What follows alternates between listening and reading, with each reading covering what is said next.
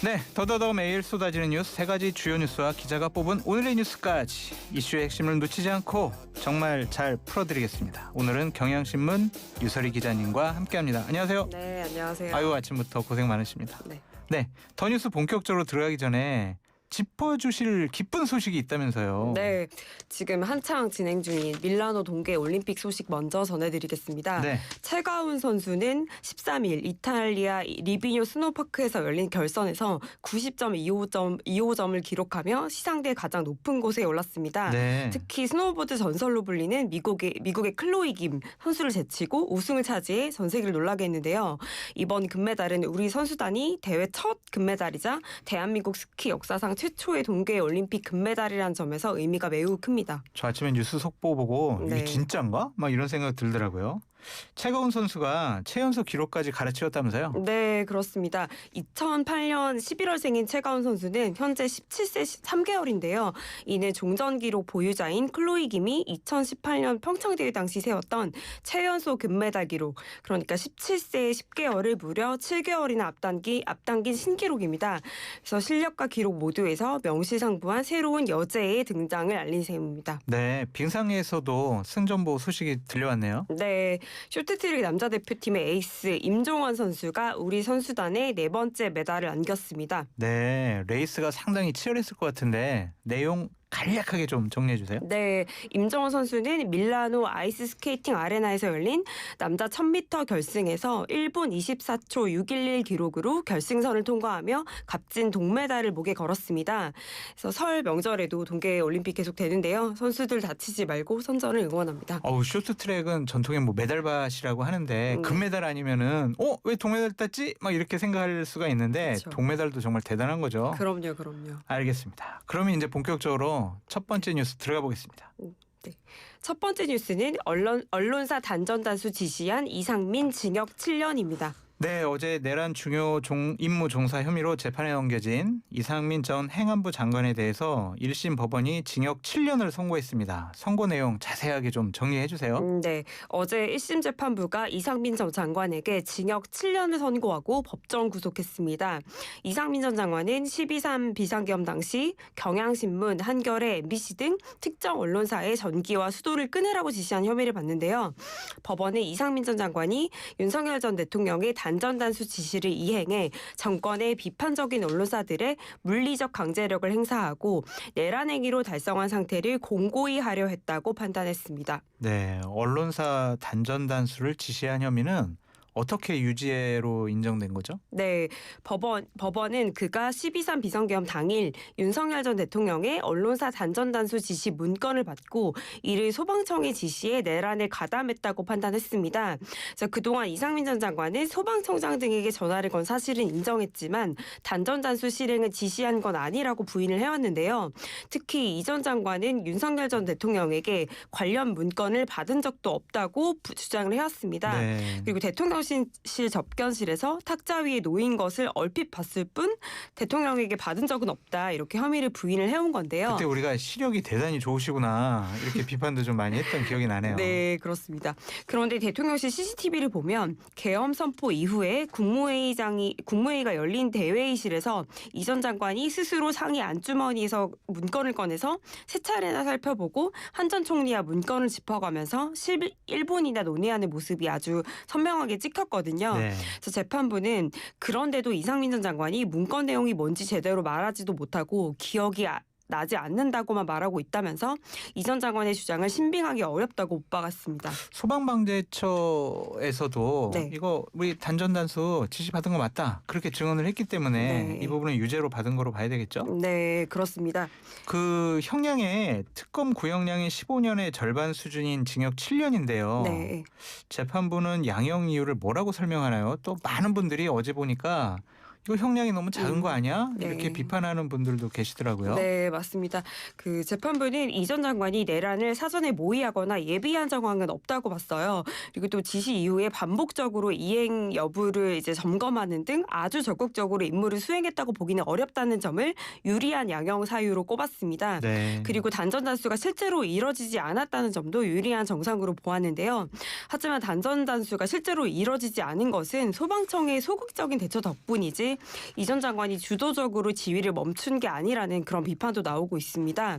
그 조은석 특검 역시 사안에 비해서 낮은 형량이 많이 아쉽다면서 즉각 항소 의사를 밝혔습니다. 네, 이 사항은요. 잠시 3부에 법의 찬미 시간에서 해당 내용을 좀 법리적으로 꼼꼼하게 분석해 보도록 하겠습니다. 네.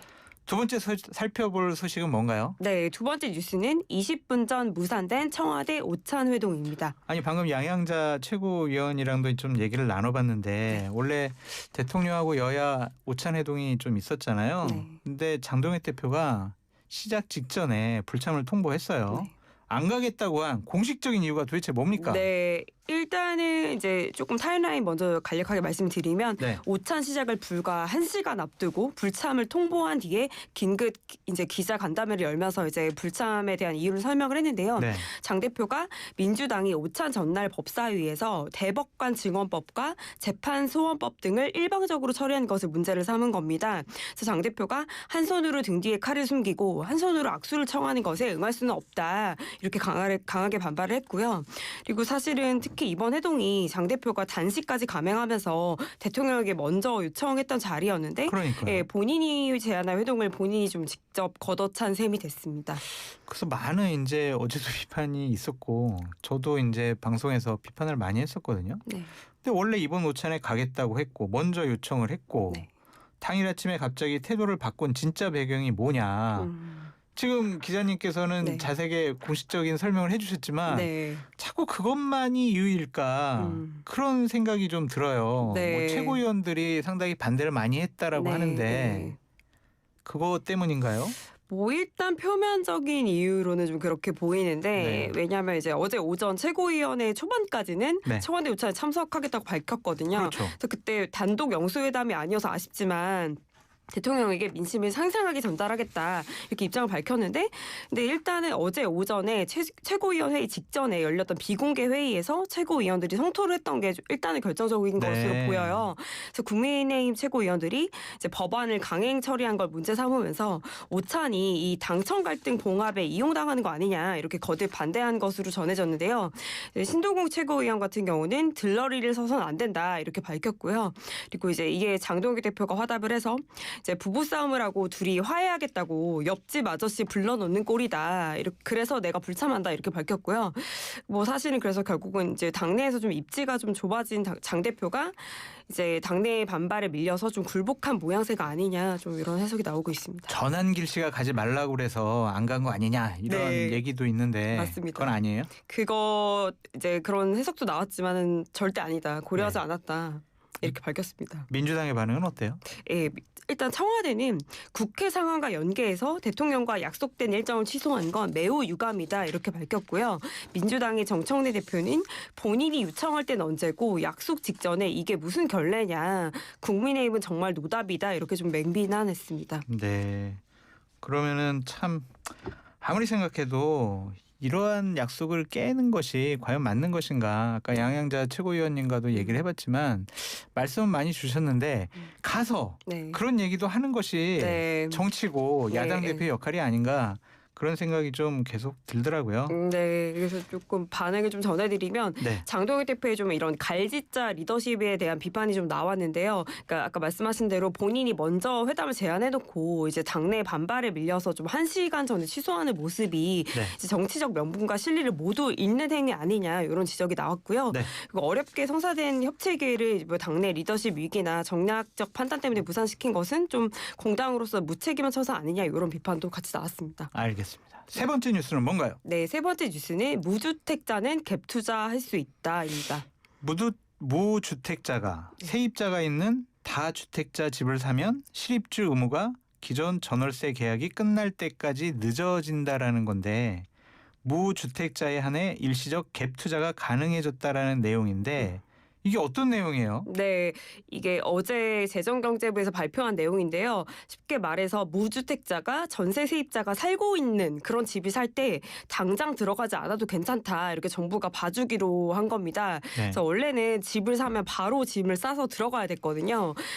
그런데 이제는 세입자가 나갈 때까지 입주 기한을 밀어주기로 최종 확정이 된 겁니다. 네. 그래서 즉 한시적으로 무주택자들에게 전세 끼고 집을 사는 갭 투자 기회가 열리는 셈인데요. 그러니까 집을 여러 채 가진 사람들한테는 집을 팔 수 있는 길을 열어주고 집이 없는 사람들한테는 내 집 마련할 기회를 좀 더 주겠다 이런 취지로 보면 될 것 같습니다. 이렇게 정부가 갑자기 보완책을 내놓은 이유가 5월부터 다주택자에 대한 양도소득세 중과가 이루어지기 때문이죠? 예, 맞습니다. 오는 5월 10일부터 다주택자 양도세 중과 제도가 4년 만에 다시 돌아옵니다. 네. 그래서 집을 3채 이상 보유한 사람이 집을 팔면 최고 82.5%의 세금을 내야 하는 건데요. 아, 그래요? 예, 그래서 정부 입장에서는 주택을 여러 채 보유한 사람들이 이제 세금이 무서워서라도 5월 전에 좀 집을 내놓기를 바라는 거죠.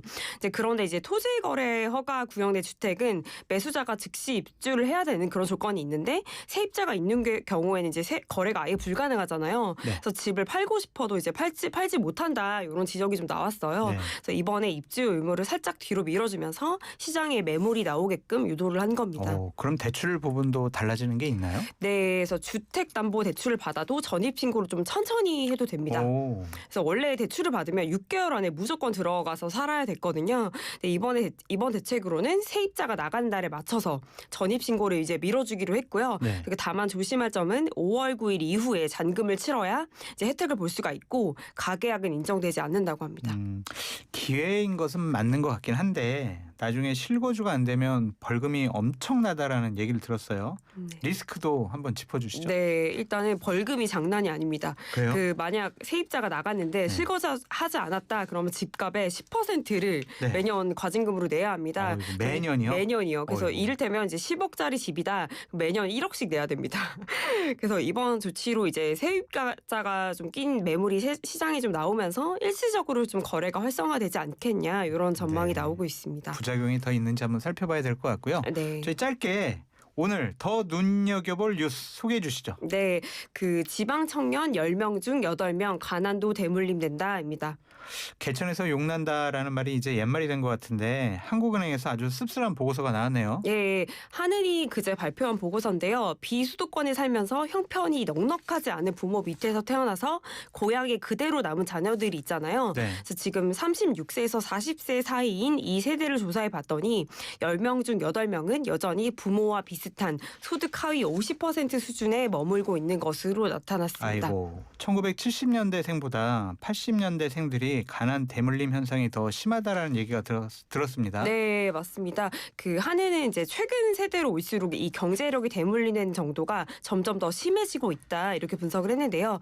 이 소득 백분위 기울기라는 지표를 썼는데 네. 이 수치가 1에 가까울수록 부모 소득이 자녀에게 그대로 대물림된다는 뜻이에요. 네. 조사 결과 1970년대생 자녀들이 이 수치가 0.11이었는데 1980년대생은 0.32로 3배 가까이 뛰었습니다. 네. 그러니까 이제 80년대생부터는 내 노력보다 부모의 경제력이 내 소득을 결정하는 힘이 3배나 더 커졌다 이런 의미라고 볼 수 있어요. 저도 아이 키우는 입장에서 참 걱정이네요. 네. 유 기자님, 오늘은 여기까지 할게요. 네, 알겠습니다. 네, 감사합니다. 네, 감사합니다. 경향신문 유설이 기자와 함께했습니다.